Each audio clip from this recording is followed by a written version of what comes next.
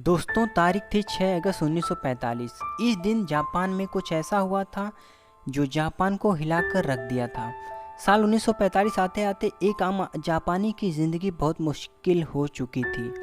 World war 2 में इतना बड़े लड़ने की वजह से जापान में कुदरती भंडार खत्म हो चुके थे।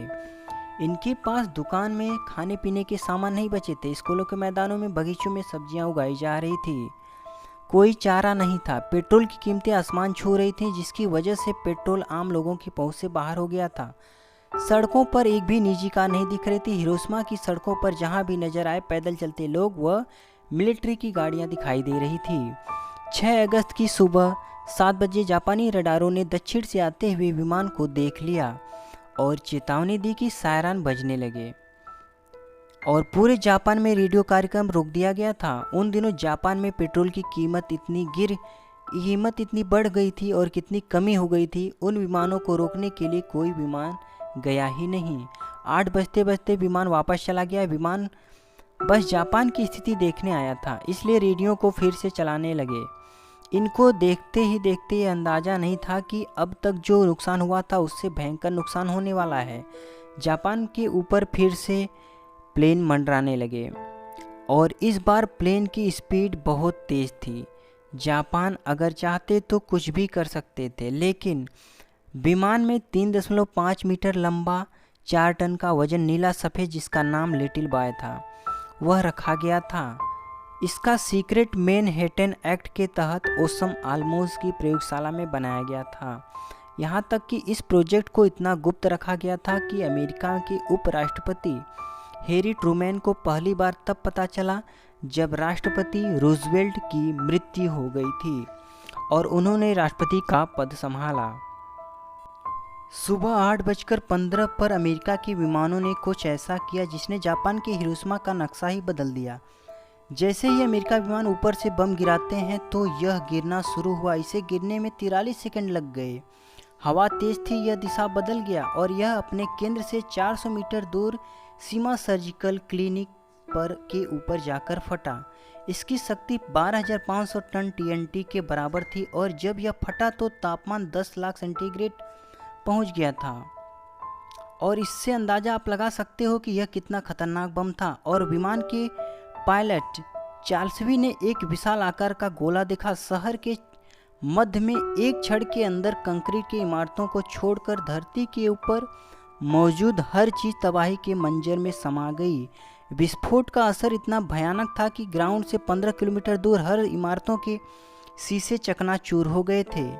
कंक्रीट न्यूक्लियर से रिएक्ट नहीं करता है, इसे छोड़कर हर चीज़ खत्म हो गई थी। यह पल आंख झपकाने से भी तेज था। देखते ही देखते हिरोशिमा के 2/3 भाग 1 सेकंड में खत्म हो गए थे। बड़े क्षेत्रों में आग की वजह से लाखों लोग जल गए थे। इस विस्फोट के तुरंत बाद ही अमेरिका विमान के कैबिन में रोशनी फैल गई। विमान के पिछले हिस्से में बैठे हुए टेल गनर कैरन ने अपना कैमरा उठाया और नीचे दृश्यों की तस्वीर लेने लगे। उन्होंने देखा कि सफ़ेद धुआं 3000 फुट ऊपर उठा और यह मशरूम का आकार ले लिया था। इसको डेथ मशरूम भी कहते हैं। इसके नीचे लाखों लोगों की डेड बॉडी पड़ी थी। लोगों की दर्द भरी चीखों से पूरा माहौल एक सा हो गया चुका था और धुओं की लपटों से लाखों लोग जिंदा ही जल गए थे और अपना दम तोड़ रहे थे। आपको मैं बता दूं कि यह बम इतना खतरनाक होता है कि उसके आसपास की एरिया में तो जो असर दिखाता ही दिखाता है, लेकिन इसके रेडिएशन 2 से 3 दिन के बाद और भी क्षेत्रों में पहुंचते हैं और इसका असर इतना खतरनाक होता है कि सबसे पहले आप लोगों के गले में क्या प्रॉब्लम होने लगेगी और आपको पानी की प्रॉब्लम होने लगेगी, प्यास लगेगी और गले में एक सड़न सी होने लगेगी और आपकी उसी समय क्या हो जाएगी, डेथ हो जाएगी।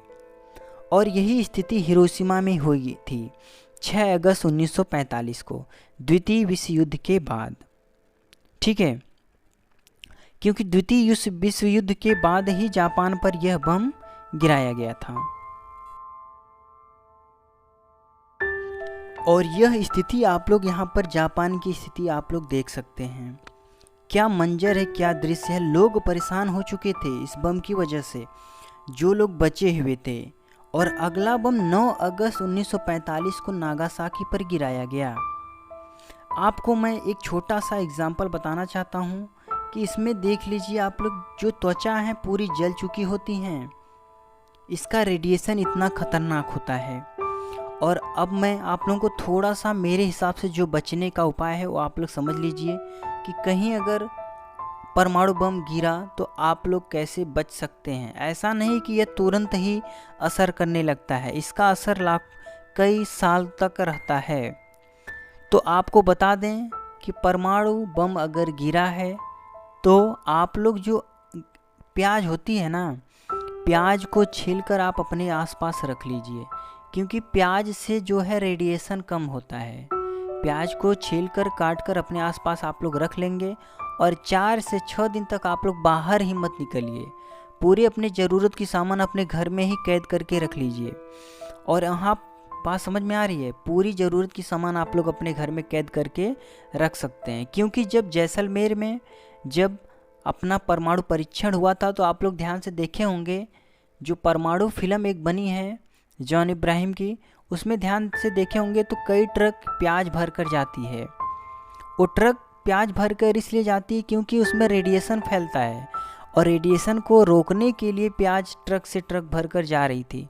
तो आपको बता दें, अगर परमाणु बम गिरा है तो आपको उससे बचने का यही उपाय है कि पहले हम लोग सुनते थे परमाणु बम जब गिरता है तो इसका मतलब बहुत बड़ा आग का गोला निकलता होगा। हाँ निकलता है, लेकिन ये एक तरह से समझिए ये रेडिएशन फैलाता है और इससे आदमियों की क्या होती है, डेथ होती है। और यही हाल हुआ था जापान के हिरोशिमा और नागासाकी में। ऐसा लगा वीडियो, आप पसंद आए तो प्लीज़ लाइक शेयर और कमेंट करते रहिएगा। जय हिंद, जय भारत।